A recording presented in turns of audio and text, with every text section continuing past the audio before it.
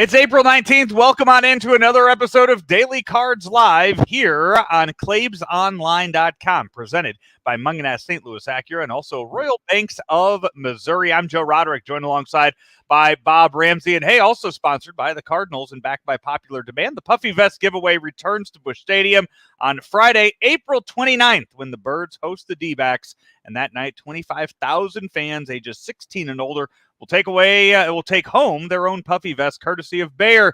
Great seats remain. Get yours, cardinals.com/promotions. From one Claibs Online studio to the next, Rammer just finished recording an episode of Two-Man Game with Matt Rocchio. That will be up on our Twitter and YouTube pages, along with all of our podcast pages here in just a bit. So, Rammer, from the round ball to the hard ball. Exactly right. And I know a lot of people have been talking about it in the media and fans. It seems like the Cardinals are only playing every other day. I know that's not true. It just seems like that. And now they start a long grind. It will be a grind for them. It'll be fun for fans. You know what? Claibs and I were talking about earlier, just getting used to the players having to get used to these seasons and get used to everything. Just how odd the last 2 years have been. As a fan, you know what? At 6 o'clock, 7 o'clock, wherever they're playing, I just want to be able to turn on the TV or turn on the radio and have a game on there at night and just end my day with Cardinal baseball. Absolutely. And that's what we're getting the next 3 days. We're about 40 minutes away from first pitch for the game today and the next two nights. They are in Miami for the next 3 games, and it will all start tonight with Adam Wainwright on the mound against the Miami Marlins. And Rammer, we got lineups today, and it's a whole lot of Jesuses for the Miami Marlins, starting with Jesus Luzardo on the mound. But here is how the Marlins will line up. Jesus Sanchez is in center field. Garrett Cooper is at first. Jesus Aguilar is DHing. Joey Wendell is at third. I think that'd be Jose Wendell. Avisail Garcia is in right. Brian Anderson left. Your guy, Jazz Chisholm Jr. is Jazz Chisholm. The former Pirate catcher Jacob Stalling is behind the plate, and Miguel Rojas is at short, not to be confused with the former Bucks player Michael Redd. That's Miguel Rojas at third for the Marlins, or at short for the Marlins. Because my those weird noises I was making, just so people don't think I'm crazier than they normally do, that's a 50-year-old movie reference. Yes, which I was waiting for because you informed me of that last year when we did the show. So yeah. I'm keen on all the running gags here that we have on Daily Cards Live. Yeah. So if anybody wants to know what the hell I'm trying to do, go look up the old John Wayne movie Chisholm, and you'll know what it's all about. The Cardinals will line up this way against the lefty Luzardo. It's Dylan Carlson in right, Paul Goldschmidt at first, Tyler O'Neill in left, Nolan Arenado at third, Albert Pujols DHing, Tommy Edman at second, Paul DeYoung at short, Yadier Molina is behind the plate, and Harrison Bader is in center field. This has been the lineup that we've seen the Cardinals go with a lefty on the mound. So far this year, Albert Pujols 2 for 2 with home runs when starting against a lefty. We saw it against the Royals. We saw it the other day against the Brewers. A lefty tonight starts for the Marlins. Will Albert go 3 for 3? Hopefully he does for my wallet.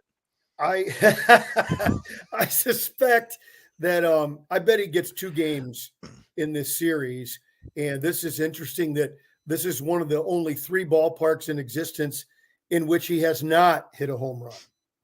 So I bet he'll get it either tonight or Thursday. Okay, so do you know what the other 2 are? Because I don't. I want to guess. No, I read it and I forgot. Okay. I'm gonna have to look this up now. I did not know that, but it does make sense given the last 10 years that he was in Anaheim and only half a season or so in Los Angeles. So, but I mean, it's not like he hasn't homered in Miami before during his time with the Cardinals, right? But that was in the old park down in Miami. The other thing about the lineup is I like seeing Edman while he's hot moved up. I also like him hitting ninth with a double leadoff. I said all through last year, and people, I think, overanalyzed. When Edman's hot, he can hit leadoff, he can hit anywhere. I mean, he was only hot about half the time last year and still ended up with 40 doubles. So when he's hot, he is a guy you've got to take advantage of the heat. And when he's cold, move him down to the bottom. I'm perfectly fine with that.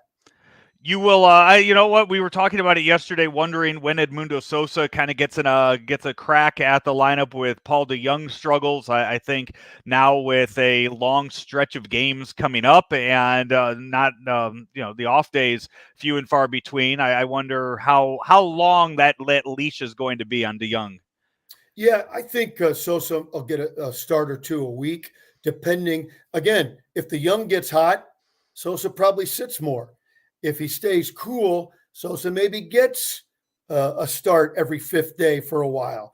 I think they're going to feel things out, give guys a chance to get their legs under them, and I don't think we'll see anything drastic changing in the lineup for another month anyway. The other thing that as I look at this, and I'm hopeful that he can get it going tonight, is a guy like Paul Goldschmidt. Something Claibs and I were talking about earlier. He and you and I had touched on it the other day too, that he has been a historic slow starter, and when the weather heats up, so does Paul Goldschmidt. He tore it up in spring training down in South Florida. Now that he makes the return down to South Florida for these next 3 days, it sure would be nice to see him start to turn it on a bit. The numbers support that crazy notion. It's a crazy notion. We're not talking about trying to play in 40-degree weather, especially indoors in Milwaukee, all right? But the numbers are really strong to back that up. When it gets hot, so does he. And I'll go back to my point from the other day. If we know that, if that is a fact, and by the way, it is a fact, go look up the numbers. Why not start him hitting fifth or sixth early in the year?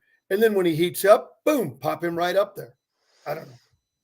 No, you know what? It seemed like last year they actually moved him down before he got hot. They moved him to that 2 spot because they needed to get that lineup going a little quicker because things just weren't working out with Edman and Carlson at 1-2. So they decided to switch it up there. And I think some of that last year, you didn't have that protection from that number 5 hitter like you have this year with whoever it is that you put into that lineup. So I think that's what we will see out of that. Another thing to note, we haven't even touched on it yet. Yadier Molina is back in the lineup tonight for the Cardinals after taking the last few days off. This is start number 3 on the year for Adam Wainwright and Yadier Molina. So just another step closer to breaking that all-time record for combined battery appearances. Before spring training began, I kind of thought the number for Yadi of starts would be 120. Then he came to spring training late, and right before the season began, I thought maybe like 110 games. Now I think we're going to be around 90. And that's okay. Yeah. No, it's as good long transition year with Kisner. Almost reminds me of the Matheny Yachty transition. And that's the thing. As long as Kisner hits, I think that you could say that that's going to be fine then, I think. By the way, I have Albert Pujols' career numbers pulled up here, Rammer. I have them. The only 2 stadiums that he has played, the only 3 stadiums that he has played in and not homered in, I have here Toronto's TD Ballpark, which I think is where they played during COVID. That was the stadium there. And then Veterans Stadium in Philadelphia, that one. So I think that you'd have to look at stadiums that were recently built that he hasn't played in yet. I think that list is old. Yeah. This is Baseball Reference. So that's what I have up here as far as where he is. Because it should have Miami on there. Yeah, Miami's the 3rd one. That's what I was saying. Outside of those, this will be only his 6th game ever in Miami's ballpark that he has not homered in. So I think of the current stadiums, I don't see about Texas. Yeah, Texas Globe Life Field, he does have a home run there. So baseball, the new stadiums in baseball, they feel like they're few and far between. NFL, it seems like they happen a lot more in some of the other sports. Baseball, I don't even know what the next one under construction is right now in baseball.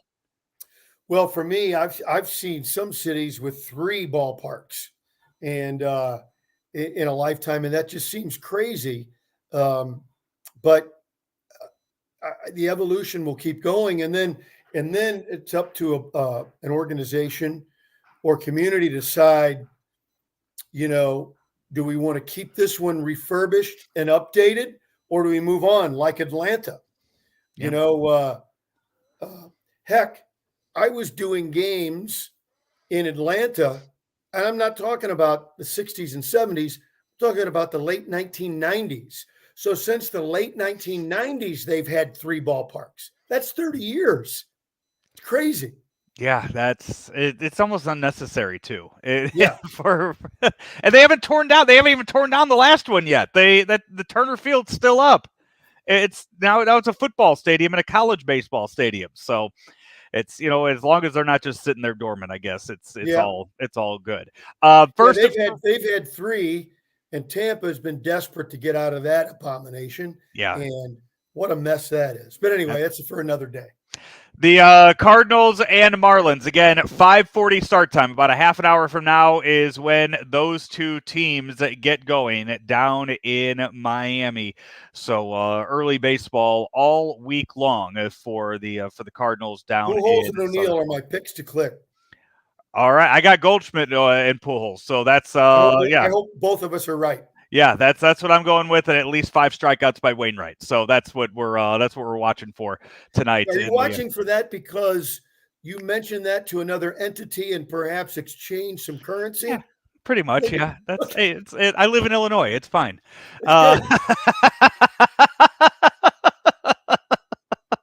This has been another edition of Daily Cards Live. And hey, speaking of being in Illinois, Royal Banks, Missouri, they have a location in Illinois. Look at you, the Prince of Blends. Royal Banks in Missouri. Yeah, not just in Missouri anymore, also in Granite City and Jerseyville, Illinois, and now northeastern Missouri. But the thing is, no matter where Royal Banks is, it feels like your hometown bank. 314-212-1500, Royal Banks of Missouri. He's Bob Ramsey. I'm Joe Roderick. Back again tomorrow with another edition of Daily Cards Live right here, ClaimsOnline.com. At St. Louis Acura, we have over 330 pre-owned vehicles of all makes and models. And all of them are covered by our St. Louis Acura Promise and backed by our Better Business Bureau A+ rating and 30 years in business. We also service all makes and models of vehicles, including glass and bumper repair, paint touch-ups, and full mechanical services from one of our 24 technicians. St. Louis Acura, better than ever for you, no matter what vehicle drives you.